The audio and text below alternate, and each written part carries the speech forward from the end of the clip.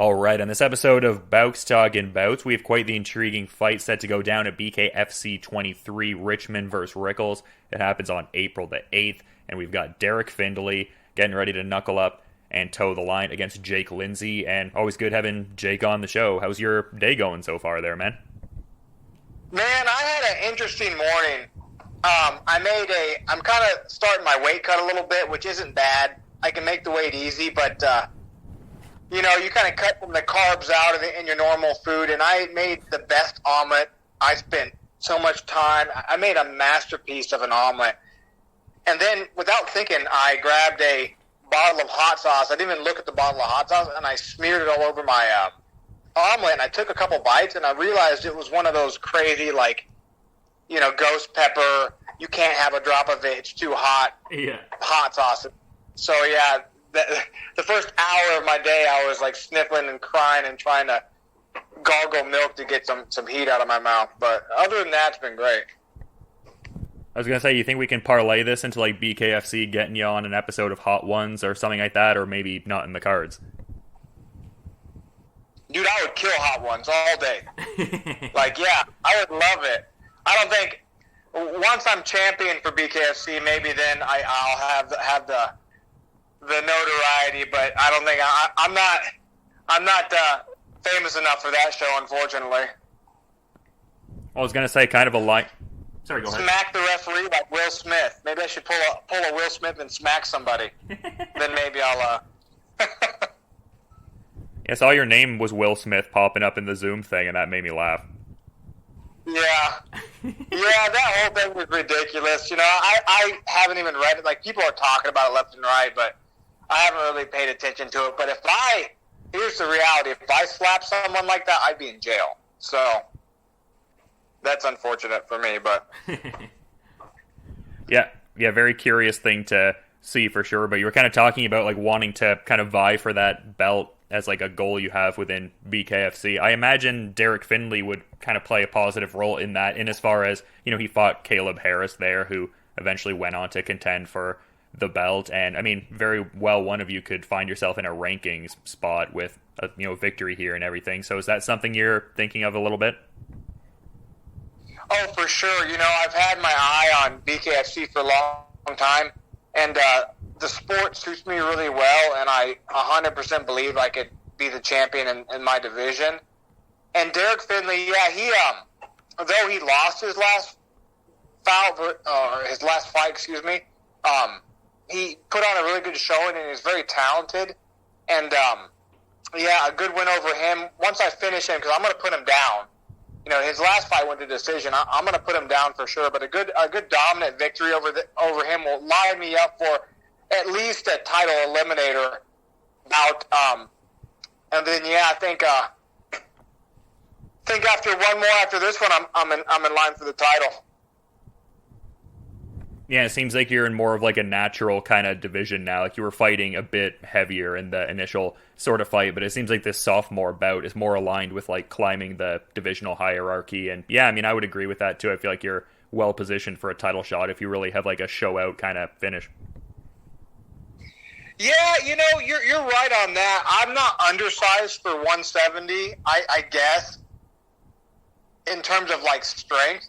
But in terms of body mass, I am, because that's kind of been the deal with fighting at 70 in MMA. I've had quite a bit of success in it, but all my really best fights have been at 65. I'd say I'm right there. I could wake up tomorrow and make 70 without even cutting any weight, essentially, just not drinking water. So 170 was a little bit too big, and 65 is going to be about perfect for me. Though in BKFC, I will say that fighting at higher weight classes, this is one of the reasons I love the sport, because you don't have so much grappling involved.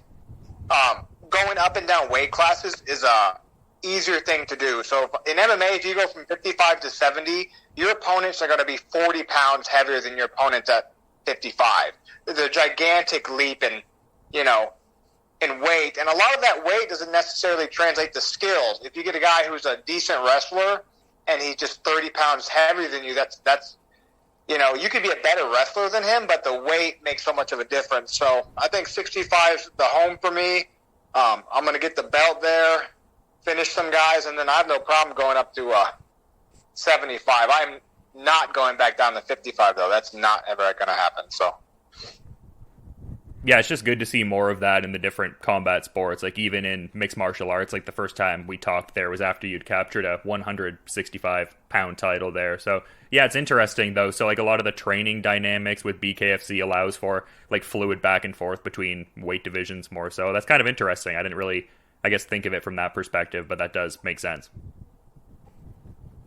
Yeah, and I've been meaning to come back up there and see you guys. I've had 3 or 4 fight offers for to defend my 65 belt up there, but I can't go up there because I'm not vaccinated. You guys are cutting me off from travel.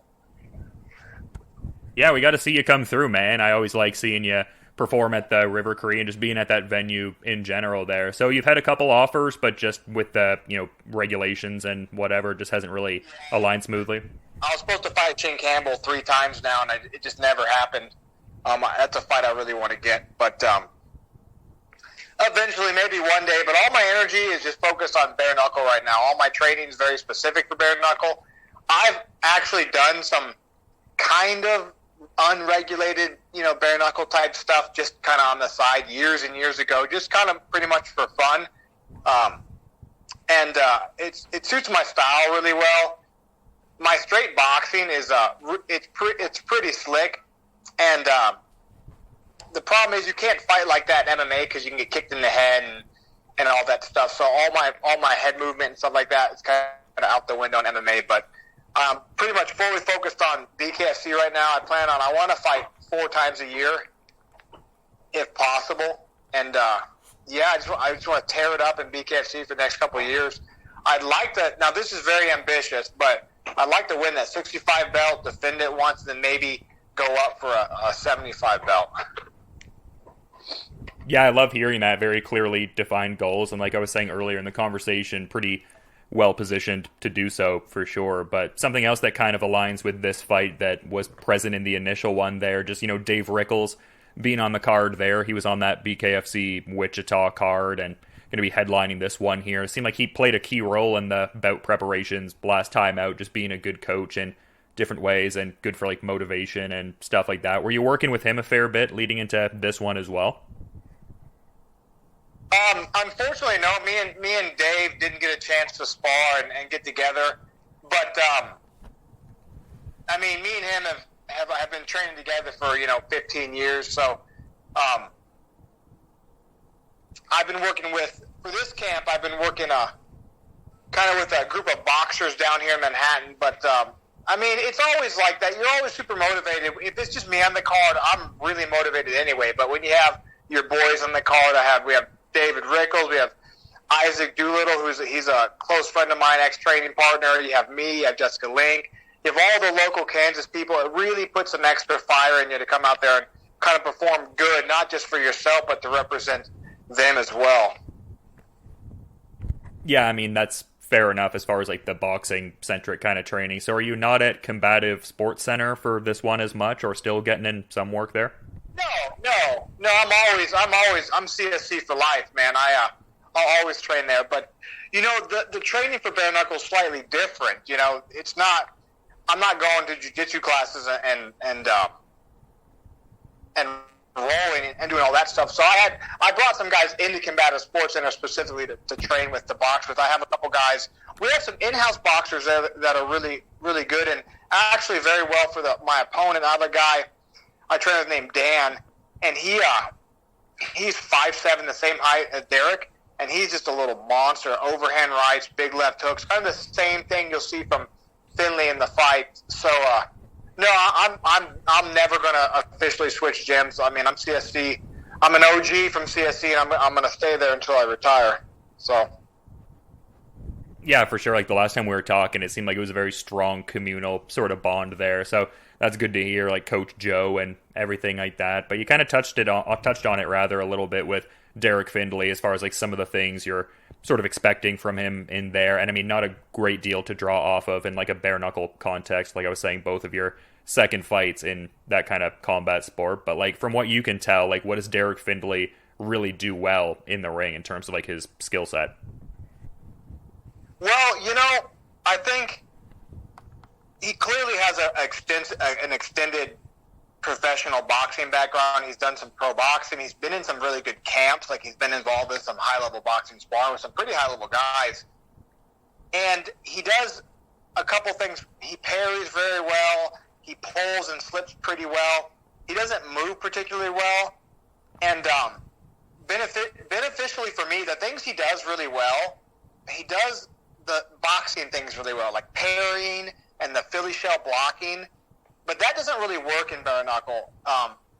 You don't have a glove on your hand. You can't sit there and Philly shell and block punches, because unless they hit you directly on your hand, you're getting hit with a knuckle on your eye socket, on your forehead, wherever. So I would say he also pressures well. He walks forward, but he is kind of just a lumbering. It's just forward. He tries to counter. He does stay, to his credit, he stays really well composed in the pocket, which is another trait you get from doing all the rounds and rounds and rounds of boxing, being a former pro boxer. He stays really composed in the pocket, and when he was fighting in his last fight, some of the best success he had was in those moments where they were in the pocket but not clinched up. You know, he'd slip, roll, body, head. He landed some decent shots. But he doesn't clinch well at all, and that's to be expected. Boxers do have a quote-unquote boxer's clinch, but it's not the same thing as like a Greco-Roman upper body clinch. It's just not. So he's pretty inexperienced in that. And I think that played a factor in his loss. It seemed to fatigue him. And it seemed to me, watching him, he just didn't – he'd get close and he would just grab just because he could grab. It was like in the rule set. But he'd almost choke his own range because he'd be close enough to hit and start throwing some inside shots, and then he'd go ahead and start grappling. And then he'd start getting punched in the face because he didn't know how to do the clinch work. So he does a lot of stuff really well for pure boxing. And again, he's had one fight in BKFC, so you can never really – we haven't seen his whole skill set because he's still getting used to it. But in terms of in bare knuckle, I mean, he's tough. He takes a shot really well. I'll tell you that. Yeah, he ate some clean punches. And it looks like he hits decently hard. I know in his last fight, the guy he fought has a really good chin too, and he never really seemed to hurt him per se, but he landed some real clean shots. And if you just look at his frame and his stature, if you're 5'7", fighting at 65, you're probably going to have a lot of muscle mass. So overall, I would say he's not stylistically matched up very well versus me. He needs a guy that's probably a little shorter, can't move as well, and is willing to sit there and just trade with him versus someone like me who has real natural, slick head movement, and I can switch up the range real quick, and I'll demolish him in the clinch. Like, the clinch was my strong suit in MMA too. So, but yeah, that's what I think about Mr. Findley. That is fair, because I think the bulk of his combative experience, from what I was seeing, is mostly like gloved boxing and stuff like that. So a lot of the proclivities you outlined there kind of seemed like it would be coming from that there. But something from one of the last times we were talking about too that I thought was interesting, you were talking about how, yourself and your girlfriend ended up fighting on the same night there. Is she still kind of training and looking to compete a little bit, or? Yeah, it's funny. Before I came, I just saw her about an hour ago. I was like, hey, I got to get home. I got this interview. She's like, oh, make sure you mention me. I was like, all right. So conveniently enough. Yeah, she's still training. She is a really talented painter.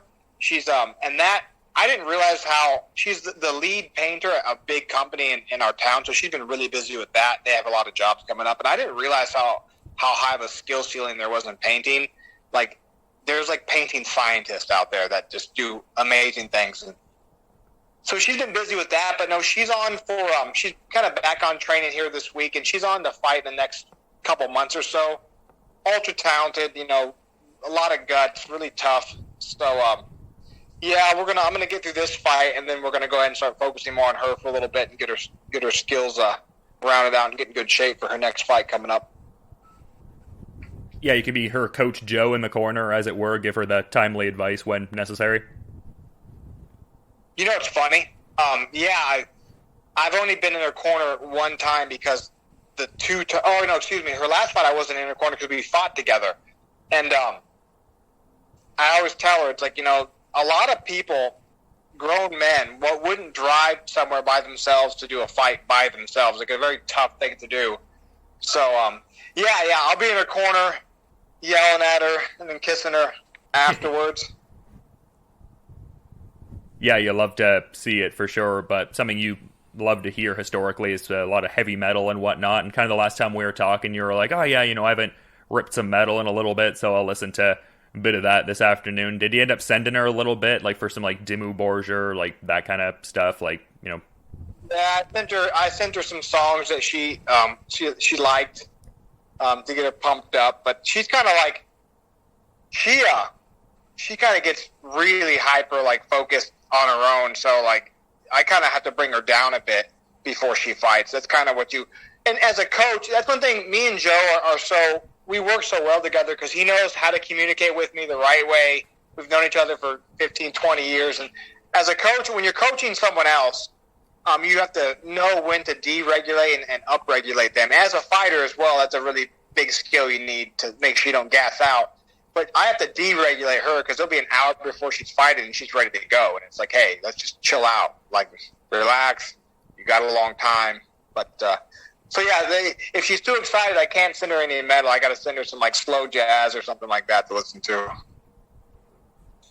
Yeah, good for the composure and everything like that. And yeah, something else I always enjoy that you use your platform for is just being like a big mental health advocate as well. I think it's cool that that's a passion of yours and stuff like that. Have you ever had any like fans reaching out or anything like that, like people who derived inspiration from stuff like that? Because it seems like you use your profile well for different stuff like that.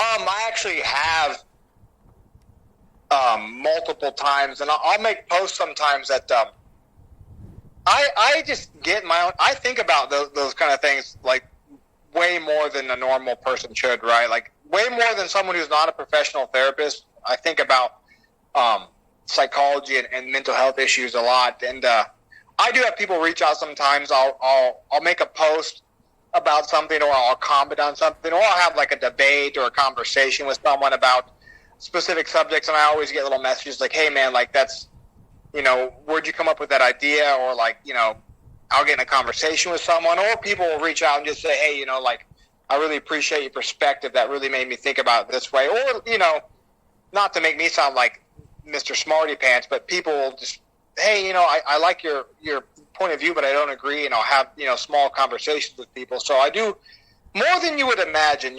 I think a lot of people are really scared to be honest about their opinions and put their real views on things, or to make themselves vulnerable. To really translate feelings you have and ideas you have to be open to make yourself vulnerable.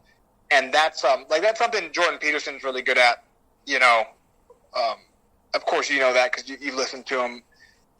But for me, fortunately, and sometimes unfortunately, I don't really have that mechanism in my brain to where like normal social cues, affect me. Like it doesn't really matter. I'll ask people any questions. I'll say things. I wouldn't say that they're inappropriate, but most people wouldn't be comfortable saying to strangers. I just don't have that in my brain for whatever reason. So yeah, that's a long-winded answer, but I've never been scared to speak my opinion on things, and I really like debating, and I really like talking about ideas, and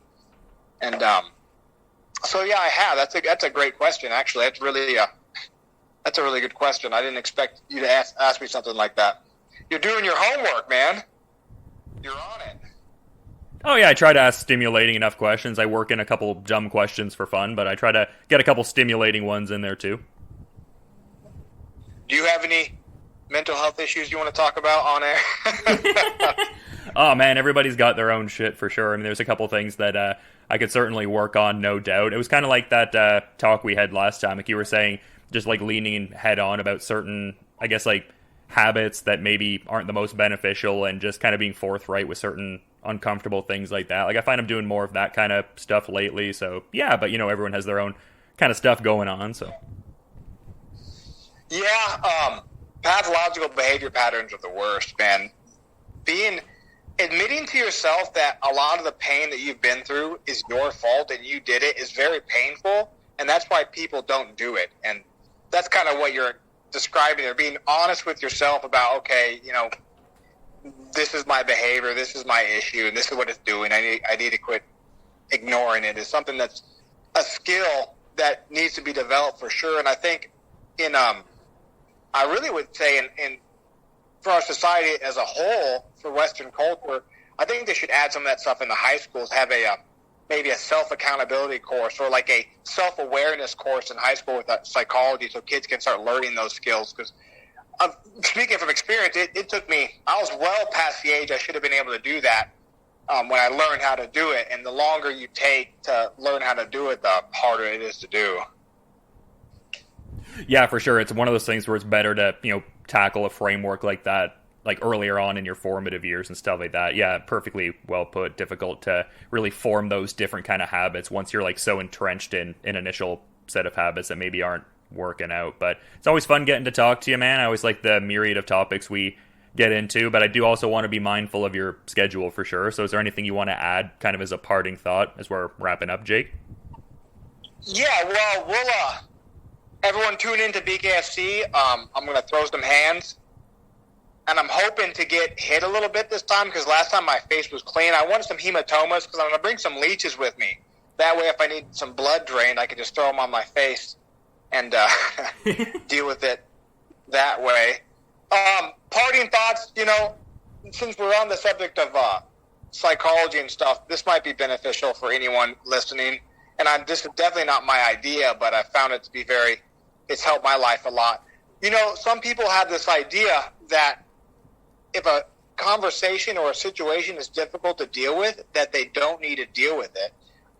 But what you're doing is you're just trading off